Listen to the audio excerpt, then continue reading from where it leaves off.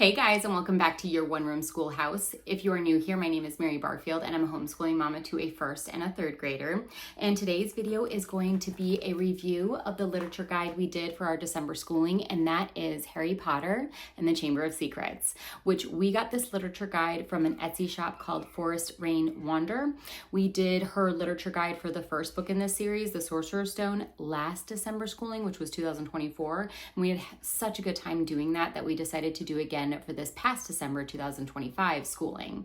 Now, if you're not familiar with Forest Rain Wander, I'll leave her Etsy shop below for you guys, but she does a lot of literature guides. She also provides different units on different topics such as mindfulness or even sustainable food and nutrition.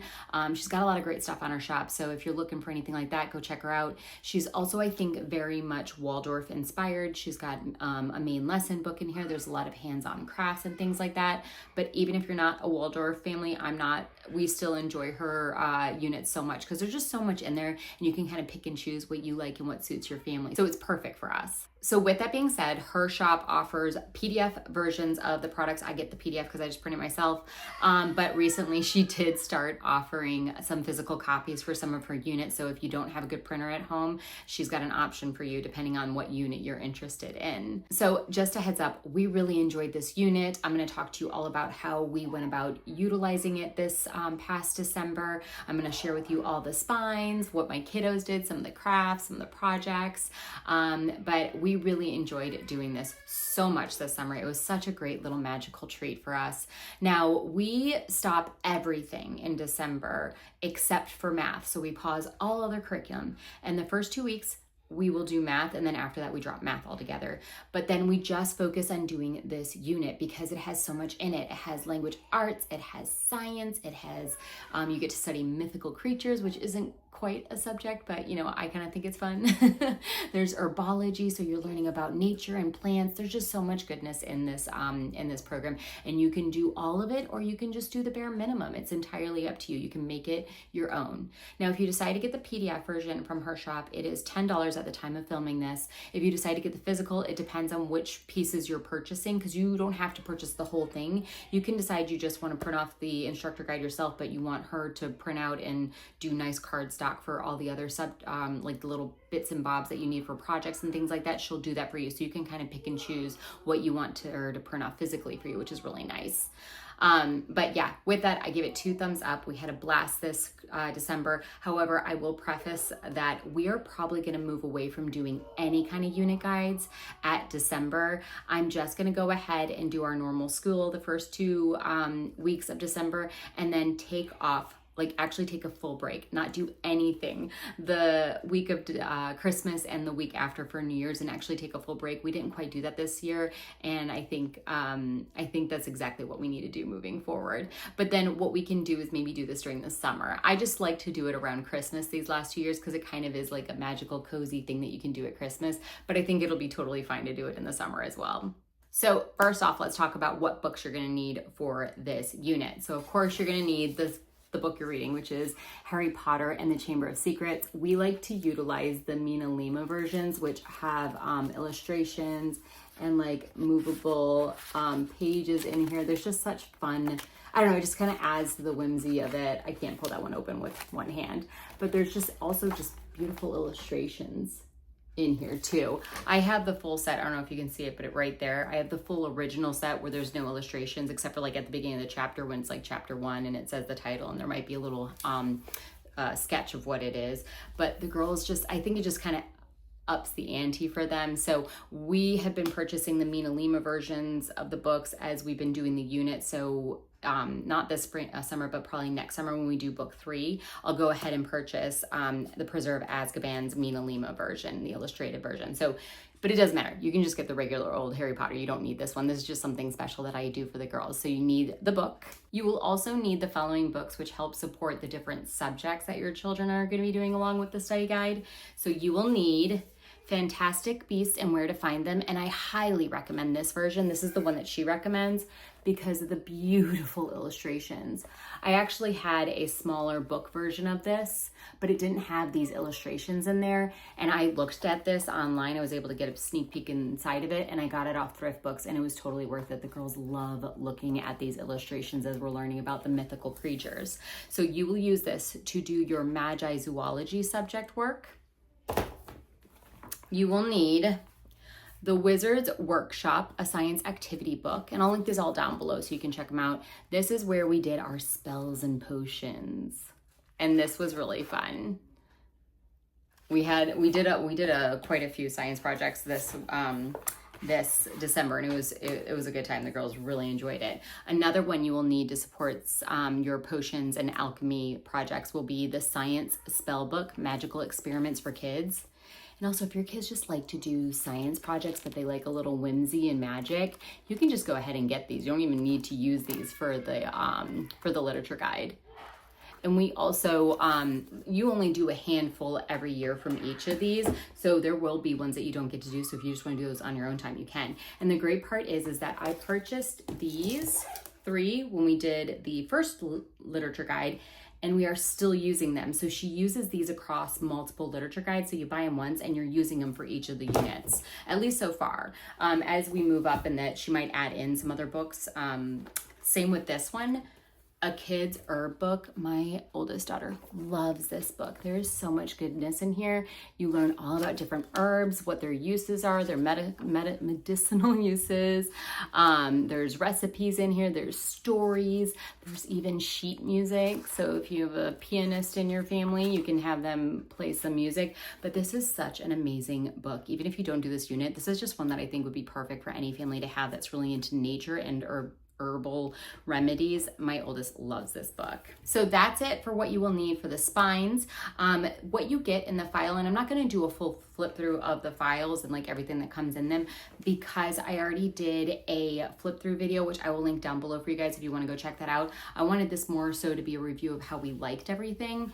But a quick overview so you know what I'm talking about. You will receive a file for this. This is the instructor guide, which tells you what to do like after chapter 10. Like you would read chapter 10, retell, talk about what where you were in chapter 9, where you left off, and then keep going, and then you do a narration. There's some discussion questions. Then you have your quill, skill, and chapter review. Chapter review is in the student workbook, which I'll show you. And then you'll have art and handiwork.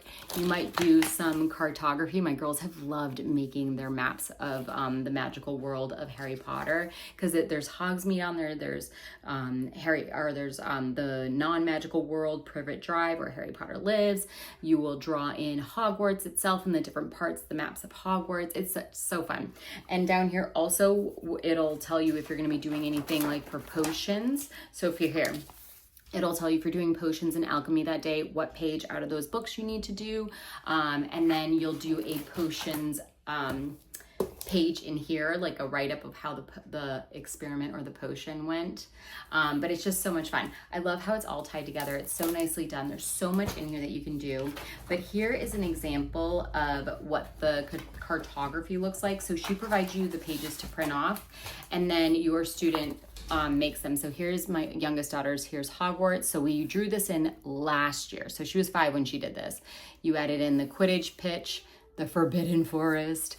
I think that's, the Black Lake with the little boats going across. The first years always go across the lake. This year we added in the Burrow. So that's the Weasley's home. And then here she has the non-magical world. She has number 4 Privet Drive. She's got the hut on the rock where they're trying to chase down Harry with his acceptance letter, King's Cross Station, Ollivanders, and Diagon Alley. So that's the map. And theoretically, when you're done with all the units, you're going to tape this all together and you're going to have a big map of the entire world of Harry Potter. On top of that, so this was my youngest daughter's first year doing the chapter review pages. I'm going to take one out just to show you easily. So after every chapter, you're going to do a chapter review. There's 2 pages. So the first page has vocabulary, which this was really nice because we went over words we've never used before and it was really helpful to the girls. So this one is valiant. So my daughter wrote the word. Again, she's 6, so her handwriting is not the best. And she drew a picture of a person fighting a tiger. And that was showing being valiant. So we defined it, bravery or boldness. And then she uses it in a sentence. So she said the valiant girl stood up against the lion. And then we talked about synonyms. So there's a lot of vocabulary in here, which was really helpful for the girls. We sometimes, so on the second page, we'll do different projects. So this one, we were introducing a new character from the book, and it was Dobby. So she drew a picture of Dobby on Harry Potter's bed holding a lamp that he was hitting himself over the head with. I thought it was perfect. She explained him as his personality as weird, dirty, and nice because he wears a dirty pillowcase as his clothing. And then they also go into how to break down a plot. So the beginning, middle, and end. She told me this and I wrote it down for her since, again, she's not really strong in her handwriting yet since she's only in 1st grade and she's 6. But she did a fairly decent job of understanding chronological order of events, which I thought was really impressive because I hadn't really gone over that with her yet. So she did a pretty good job with the chapter review sheets. Then every day you will also do a quill skill. Now in the file, she provides the copy work printed out on pages, and it is either there for you to trace over, like it's dotted the way the copywork is written, or she leaves the lines for the child to then write it themselves. I have already created my own copywork pages, so I went ahead and had my daughter's, I wrote it because the copywork was a little long for my kiddos. So I went ahead and made it our own, and I just took a part out of it that I thought was appropriate for my 6-year-old to write. So she did it, and then also afterwards, within the instructor guide, it gives you the instructions like, hey, have your child circle in blue the adjectives, and underline in green the nouns, and then, put a purple square around the verbs. So you go over grammar even, and so you see she did it here.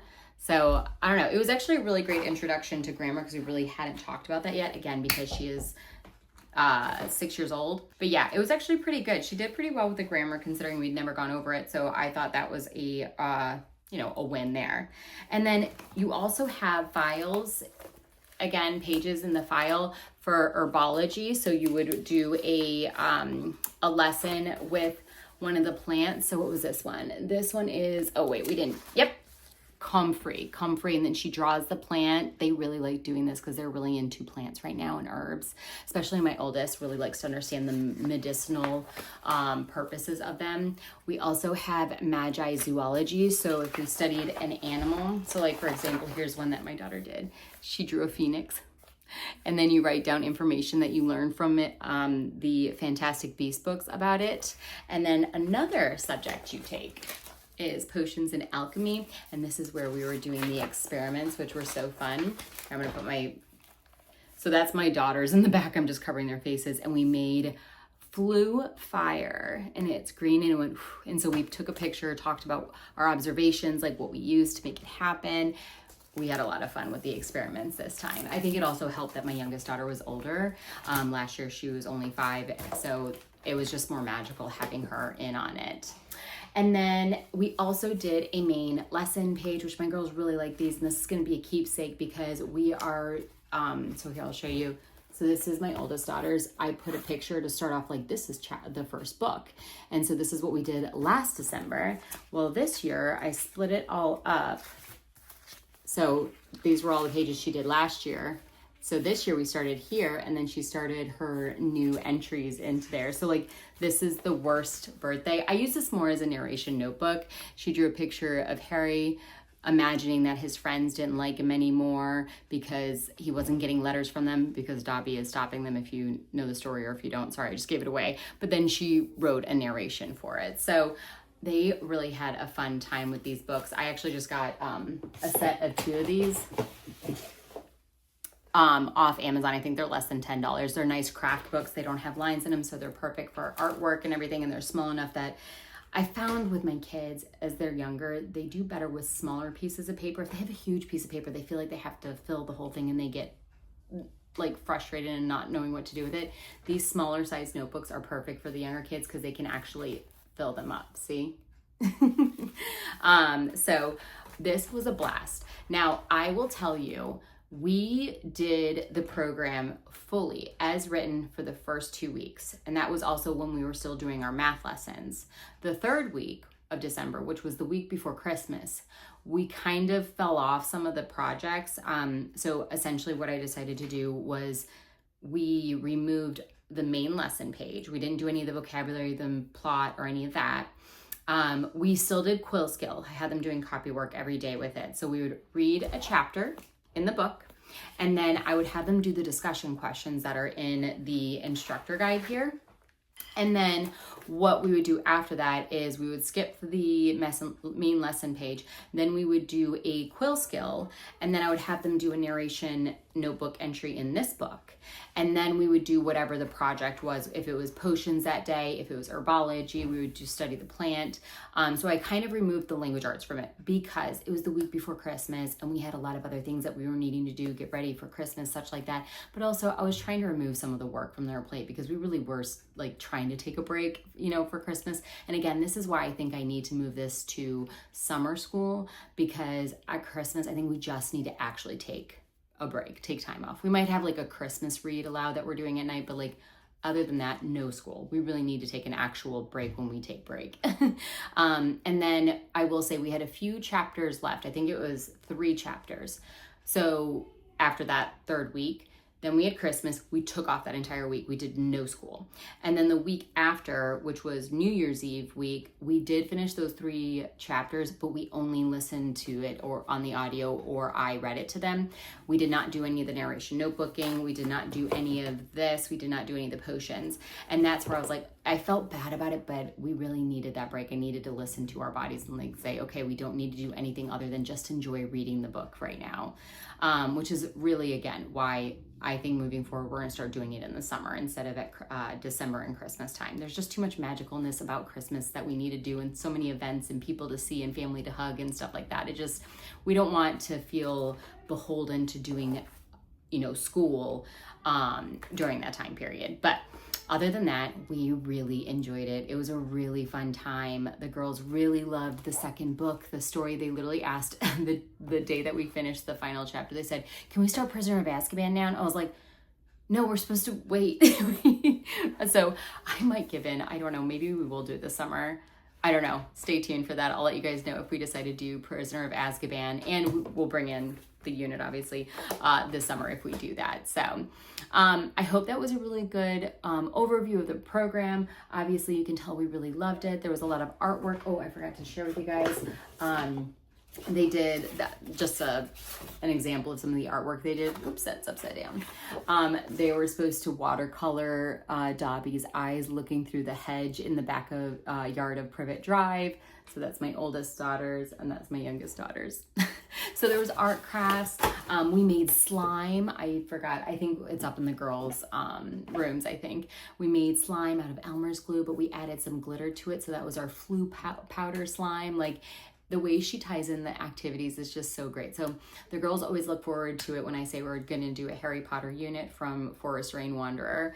But yeah, we loved it. If you have any questions, leave them down below in the comments. I'm happy to answer anything you got for me. If you did like this video, give it a thumbs up. I'll keep the reviews coming of anything that we're doing. And if you are new to my channel, hit that subscribe button, and I'll see you in the next one. Bye, y'all.